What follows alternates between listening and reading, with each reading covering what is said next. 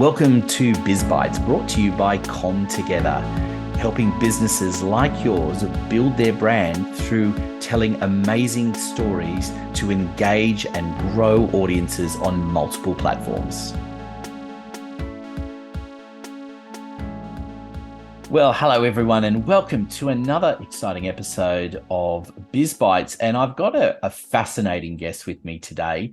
Roger and I have got to know each other a little bit over the last couple of years, and we've had many detailed discussions about lots of different things, but I thought he'd be a fantastic person to get on the show. So without further ado, Roger, I'll allow you to formally introduce yourself to our audience. Good on you, Anthony. Many thanks. And hi, everyone. Yes, my name's Roger. I have extensive background in investment management and quantitative finance. So I originally pursued an actuarial career and took a different path. I was very fortunate. I helped set up Vanguard's investment team when they first established operations in Australia, managing the global equity and investment team and fixed income team. Left Vanguard I was chief investment officer for one of the local industry funds here, running the team there. Ultimately ended up building my own investment capabilities, which I'm now doing in a couple of different forms, primarily this one with my colleagues at Emit Capital, really focusing on building investment strategies that, it's an interesting story in itself, but try and combine different elements around which companies we believe are doing, I think, the best things to address climate challenges issues. But with my quantitative background and always sort of acknowledging Warren Buffett as an interesting character as well, I have to satisfy my Warren Buffett quant criteria as well. Well, that's a pretty high criteria to satisfy. So tell me about. Let's start with that. Let's start from the top. How do you quantify what does the Warren Buffett criteria look like? Well, it's interesting. It's more around understanding what are the different factors that drive the returns in different companies, and there's a variety of different ways that you can classify them. Perhaps been a little bit cheeky at taking that. It's always interesting to see very different ways of thinking about analysing companies, literally from Microsoft and Apple, BHP, in the largest sort of market capitalisation companies, down to companies that have all different sorts of characteristics, and the main ones being what we kind of can put into different categories. We call them factors. So quality factors. What does the balance sheet look like? And that's become actually quite interesting with interest rates rising more recently. And you may have seen with a number of these different types of companies that have gotten going, but doesn't take much of a change in interest rates for the balance sheet to be under pressure, through to looking at the nature of capital flows. I'm sure, as you can appreciate, I've seen guys. I'm involved in a professional body called the Institute for Quantitative Research in Finance, and I've seen people produce a variety of fascinating but quite complex quant models to analyse the stocks. But I've always felt the most important criteria is, it doesn't matter what sort of business you're running, is there more money coming in the door than going out? And how do you actually address those things? And there's a variety of different ways that you can look at, those types of factors. The traditional, what we call value factors. So that looks at everything from, without getting too technical, the price earnings ratio. That's quite a common one. NVIDIA is a good example of that recently, I'll come back to. So, but it looks at how does cash turn into earnings, ultimately into dividends. As I like to wind up people who sort of say to me, property's always good because it goes up. And I said, yes, but I only want to buy companies that I know they're going to pay the rent. And it's how to combine all those different components, because I found the interesting challenge is what we call factor investing tends to just focus on particular groups of factors, and they think those ones will always do well, and here's the companies that fit that criteria.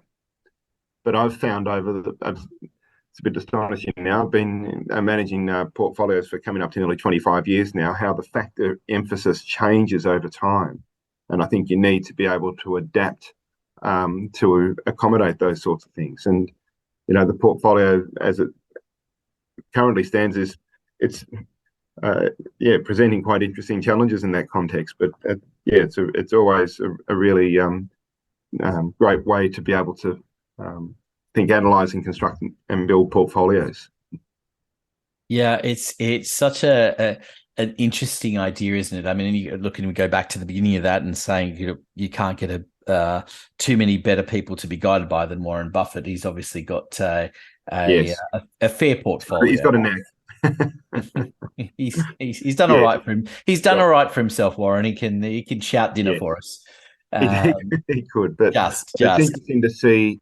I think, I perhaps might have been a bit churlish over the journey because the different types of things that he looks at, I think it's fascinating how he's been able to build and succeed given just the size and scale of the Berkshire Hathaway business nowadays.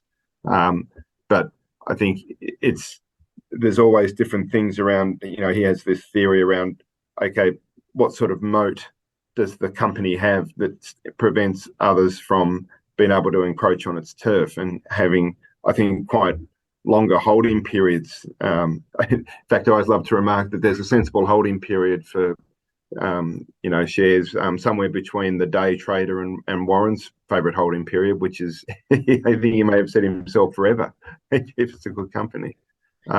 There's always some interesting challenges around having to try and take all those things into account to develop the portfolio. Because what I've found over the journey as well is addressing things that meet different criteria for investors at different points in their life cycle as well. And I think it is an important thing, isn't it? Because you can't assume that everybody is the same, and you can't even group people and saying, okay, you're at this stage of your life and therefore you must all be the same, because that's not true either. Exactly. There are so many different factors that come in. The factors that go into it, and that different people have different needs and criteria around what's necessary. Everything from retirement savings, how you actually construct your portfolio whilst you're in your work phase, through to the retirement phase. And I've always remarked, you can't just where interest rates are at now, although it's interesting that they're coming back up again. But I've always remarked I had to come off their 2,000-year lows at some point, and it just seemed just at a complete outlier to have interest rates so low for so long that I think it's created different challenges for different types of investors. But and dare I say, the different challenges that we have if you have a home loan as well, just how quickly interest rates have changed creates different challenges again. And you have to delve into what people's needs are and at any given point. Perception is of circumstances. I've relayed this idea on a podcast once before, but it's like if you picture in your mind someone walking down the street and they stop for a moment at some flowers and then keep going on. Now, there's a lot of stories that can be written around that. It could be that they've stopped because they've thought, oh no, it's hay fever season again. It could be that they were, admiring the flowers. It could be that it provoked a memory. It could be that they just happened to accidentally stop there and they didn't even notice the flowers. Like there's a whole array of potential things that could have happened, and we have this nasty habit of assuming that everybody everything is the same. So I think being able to understand those different factors, and I think when you're looking at businesses as well, there are factors that come into play depending on who the people are that are involved in their capabilities as well. So business might have been set up in one way and doing really well there, but if the personnel changes, that could change everything. You could almost even argue, and one of the interesting things, a great example is, one of the names that we hold in the portfolio, of course, when you have to address these sorts of things, interesting enough, is electric vehicles.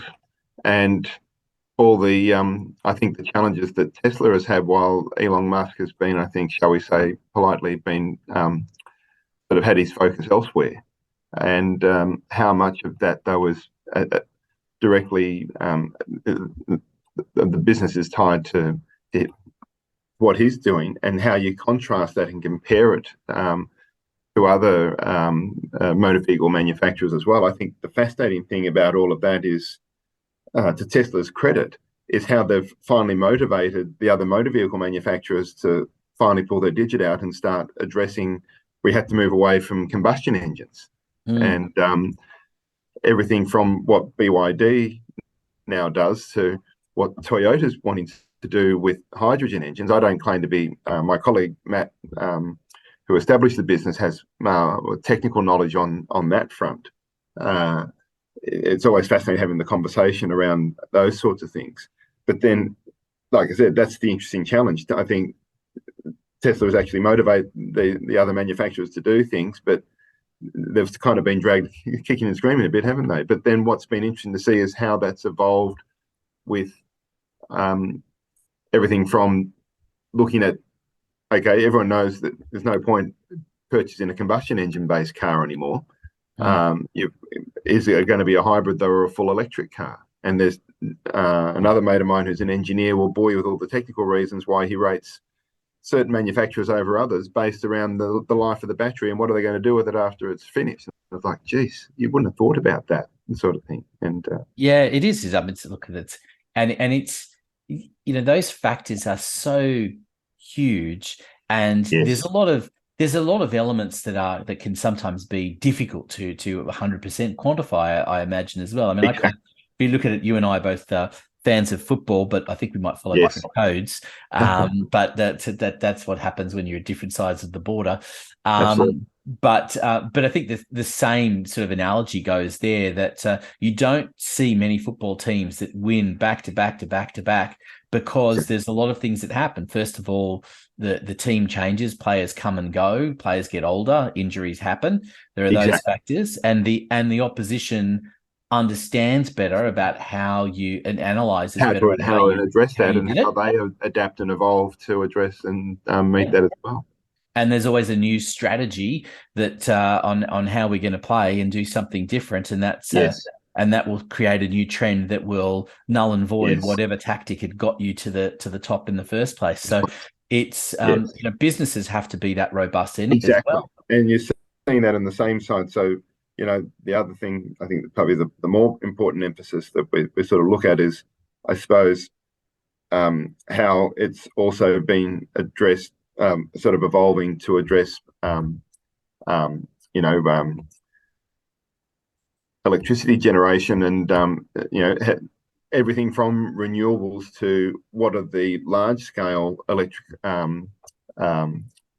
producers doing to address the issues, to move away from their current process to more adaptive measures that are going to help us meet the climate change criteria that's been set.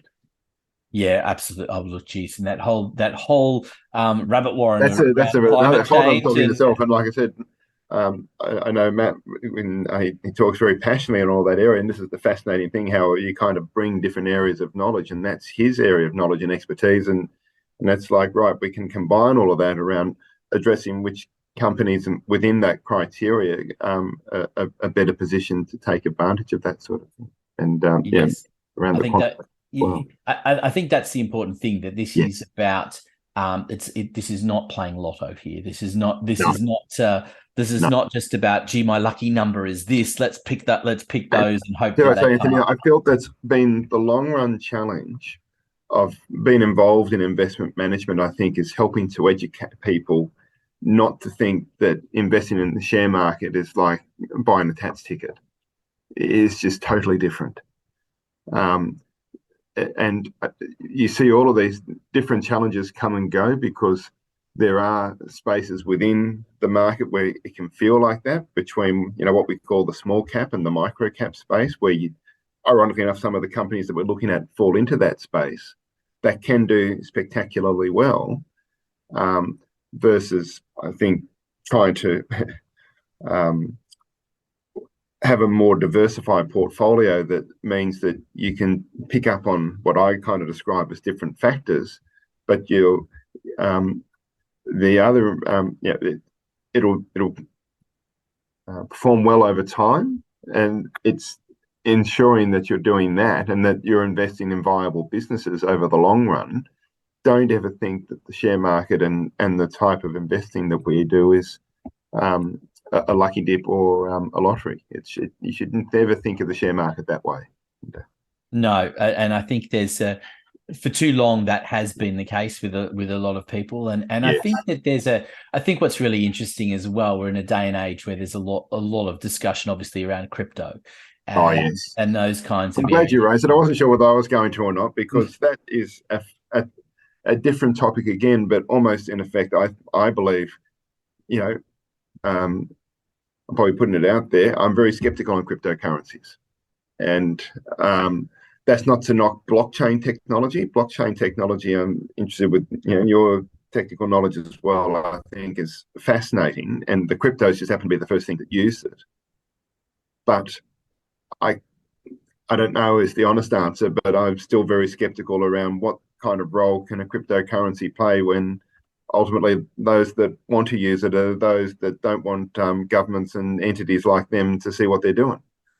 It's a very strange contradiction at a philosophical level, because exactly what you're sort of pointing out, and that there's this kind of need for at a basic term, a currency that is more global Exactly. and less chained to governments. And the theory behind that is we don't need the governments. But yet here we live in a world where we still have wars, we still have countries invading one another, we still have very large obstacles moving between countries, whether you're a citizen or a company, doesn't matter. And so with all of that in place, where the fact of the matter is that borders matter. Yes. We can argue whether they should or shouldn't, but the vast majority feeling, it's certainly the way that the world is run, is that borders do matter. So if that's the case, how successful can you be in that kind of idea of those global Exactly. markets? And yet, on the other hand, you have the reality that the technology that we're sitting here and using right Yes. now allows us to have clients and Yes. colleagues that are global. Yeah. Not non-local, and it changes the dynamic of those sorts of things. So yeah, I still feel it's always the challenge around getting the balance around the nature of the technology and what you're using it for. And yeah, it's a whole vast area around cryptos that you've seen extensive discussion for and against. And like I said, I suppose until such time as you see, I think, proper government regulation of how digital currencies are managed, it's probably not going to go anywhere anytime soon, I think. But yes, Yeah, yes, there's a whole nother area around that, and I will have him on the program soon. I did actually have him on yes, my Better Biz program, but certainly have someone that specializes in accounting for cryptocurrency within sure. itself is a very That's a challenge, isn't interesting it? Yeah. challenge. Yes, yes. Yes, So we'll get him on the program in the coming while. But yes, I wanted to take you back to the beginning, because going into the area of starting to become an actuary is like, I don't know what you probably know better. There's probably the first thing you learn is what percentage of people actually go on to do that, because pretty yes. small, right? It's pretty small. And I kind of remarked the actuaries were the original data scientists Mm. back in the day when there was no computers and you had to do all the calculations by hand. And it's it's interesting to see. I think you kind of almost ask yourself, go back to yourself as when you're at high school, university, this is what you end up doing, sort of thing. And it's quite different to, I suppose, what you kind of originally envisaged.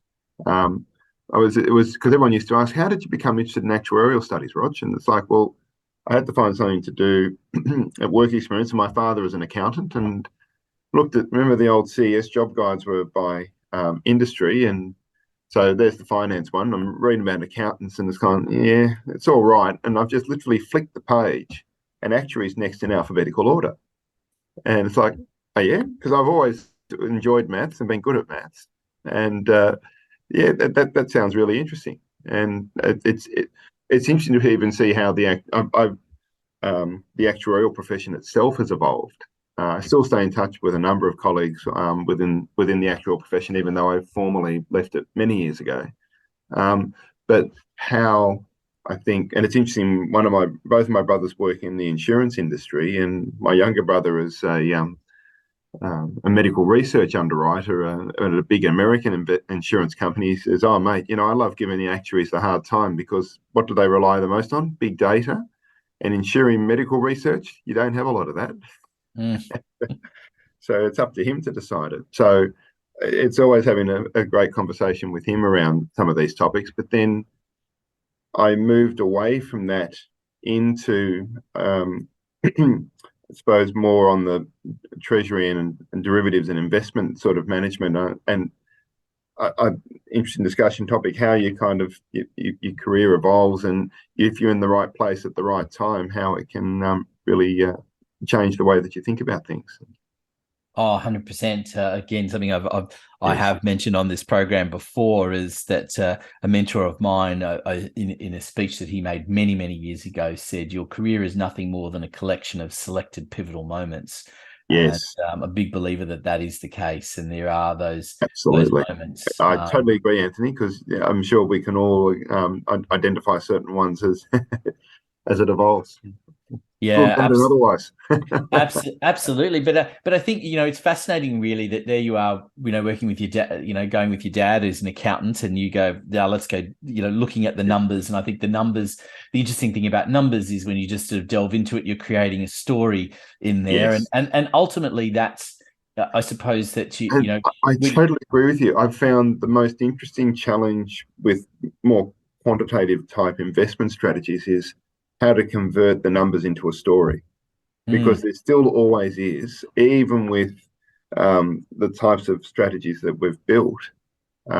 Excuse me, here, what I've done in previous business ventures, and there's still always a story that goes even with the numbers. and, Oh yes. yes, and there's it's endlessly fascinating how numbers are reported in so many different ways, and the Yes. meaning that is often attached to them, and whether that meaning is right or not, often is not considered. And for Yes. me, one of the fascinating ones is when we come up to an election period, Absolutely. and we get Great this example. constant reporting on numbers of Yes. Who's there's voting been which way? And yes, there's an increase in the in the the approval rating of this person or that person, and it's fascinating because the truth is more often than not that's in the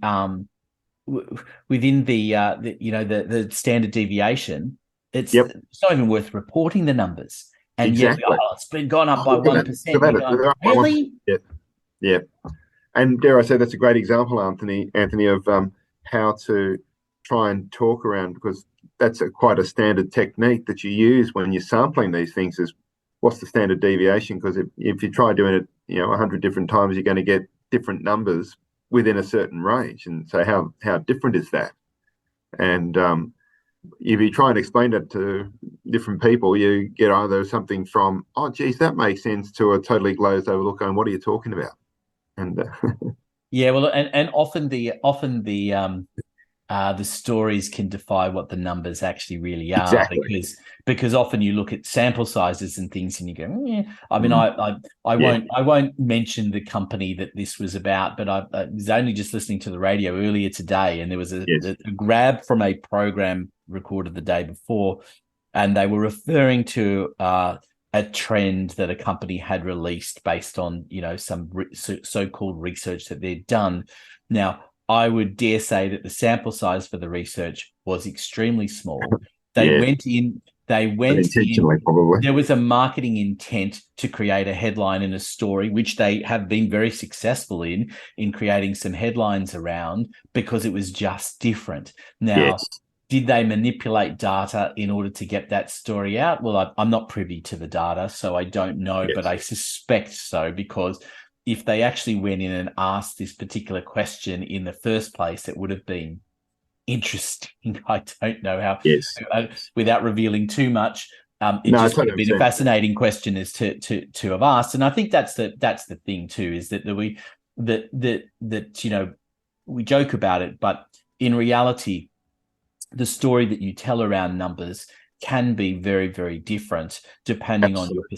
depending on your perspective and what you're looking for. And And going what you're back to, looking for. And I'll give yeah, you a great example. Literally, even last week, as you saw with Nvidia, the share price there, and it's they made some announcement, and I think the biggest challenge I've seen in markets over the journey is how much they prepare themselves for when companies make earnings announcements. Because there's so much built into what they think the number's going to be. All the pollsters, literally the analysts on the other side, and then the company actually reports. And then, Nvidia had that a significant announcement last week, and without boring you with too much quantitative stuff, the price earnings ratio went from, I felt, an already ridiculous. So, the higher the price earnings ratio, the more expensive the stock is. So the longer you've got to hold it, I think, to feel you can justify owning it. And, the share price went through the roof, and you kind of look at the numbers and you kind of go, I couldn't validate it before. I can't validate holding that now, but there are other people that do. How do you bring all that together? And so that presents, and it went through a price earnings ratio of 60 times to 200 times, and it's like, right. And you saw the same. Interesting enough, though, we do have Tesla in the portfolio. It goes through these cycles, and I think that's been the interesting challenge: is how to evolve the investment process to reflect these sorts of things, because you can't just rely purely on very fundamental, dare I say, more rational context, which is right. I'm the share price Nvidia is trading at now. I'm effectively buying 200 years worth of earnings to get that. It'll change, and it's trying to bring all that information together in a meaningful way and build a portfolio. I've been really wrapped with what we've been able to do with, I think, addressing different challenges, because even within, we kind of call it these days the ESG framework, environmental, social, and governance issues, is a big source. You've probably seen material that's been circulated. The challenge I've seen in ESG space, particularly in very quantitative approaches, is ESG is a very non-quantitative kind of topic. And that's not to discredit it at all. It's got an important process to play. But dare I say, that brings the human element into it all, doesn't it? And what's important around addressing these sorts of things. But the tragic quantum, me loves to say, E and S are a positively related function of G, which is the governance thing. It's what a board's doing to address these things, because they know full well. You've seen what everything from AGL and the big companies are having to do, down to companies of all sizes, saying there are challenges we all need to meet to be able to address the climate change issues. And that falls under that criteria, but you don't want to just coin it as something that it's got to, I think, fit together and as part of a bigger picture and more complete story. Yeah, absolutely. I mean, that whole area is a fascinating one. You talk about story as well in that space, because it's too often that the emphasis is on the G, that it's just we're ticking a box here and we're not really telling a story that's around it, and there's a lot of missed opportunities around that. And are they actually also not addressing things that should be addressed, or are they addressing it in such a way to only tick a box, not actually do something meaningful about it? Yeah, absolutely. We could go on for ages, because I know we have plenty of times in the past, Roger. But I wanted to ask you one final question before we wrap things up. It's a question that I like to fire at all my guests, is around the idea of that aha moment that people have when they come to work with you, that you kind of wish that more people got to that a little quicker. In fact, realized they were going to get to that moment, but potentially before they even started working with you. So you have more people knocking on your door. So what do you find with that vast amount of knowledge that you've got and analysis that you do? Is there an aha moment that you find clients have? Yes, I think the one I've found the most in the aha moment is, I think, literally how you bring that information together, I think, in a way that anyone with different types of knowledge can understand, and particularly around combining all these different factors. And you kind of go, for want of a better analogy, I always like to say, the kind of companies we're looking for with factor investing, it's almost like, now you're trying to find the specialist batters or bowlers. No, what we're looking for are the all-rounders. And because you've got to be able to exhibit good characteristics across a variety of factors, not just be focused on one group or another. And that's what I've found managing portfolios over 20 years. It's over the long run, it's the all-rounders that do better. And yes. Yeah, fascinating, and gee, we could delve deep into that as well, and that whole idea. Hopefully, that's what I found is in the aha moment is, I think, trying to provide a meaningful analogy that people go, oh yeah, I understand what you're talking about. It is. It's so often. Do you find the same thing with your the stuff that you discuss as well? Yeah, absolutely, and it's something that I found in recent times as we focus the business a little bit on trying to assist those businesses that are looking to be exitable. We kind of do the real estate analogy, because where people understand that idea that before you sell a house, you come in and you do some things with styling, with painting walls and changing carpets. And we can come in and do that from a sales and marketing perspective, but creating assets rather than just simply being something that is just cosmetic. But I think people understand that analogy. I recorded a previous episode of a podcast with a guest whose analogy was around Formula One, which was fascinating. He didn't know I was a Formula One fan beforehand, but I'm an absolute Formula One. My grandfather used to race Formula Fords in a Bugatti. I feel like I'm always channeling grandfather when I'm managing the portfolio, because whenever I used to go and see him, he was always perpetually fiddling with the engine, and I feel like I'm doing that with the share portfolio half the time. And yes, amazing. I know what you mean. I know what you mean. So those analogies, particularly when we're in these complicated areas, are just so important. And I know we've touched the surface of the kinds of analysis that you do, and the implication that it has that for those that are interested to work with you. And I think that what we do with all of our guests is we'll include some information in our show notes on how to get in touch with you, and opportunities to work with you, because I can tell you, listeners, that Roger is full of a vast amount of knowledge on so many different areas, and I'm sure we're going to have you back as a guest in the future. So thanks again for your time, Roger. Thank you again, Anthony. Always great to chat and catch up. BizBytes is brought to you by ComTogether for all your marketing needs, so you can build your brand, engage audiences on multiple platforms. Go to comtogether.com.au, follow the links to book an appointment for a free consultation.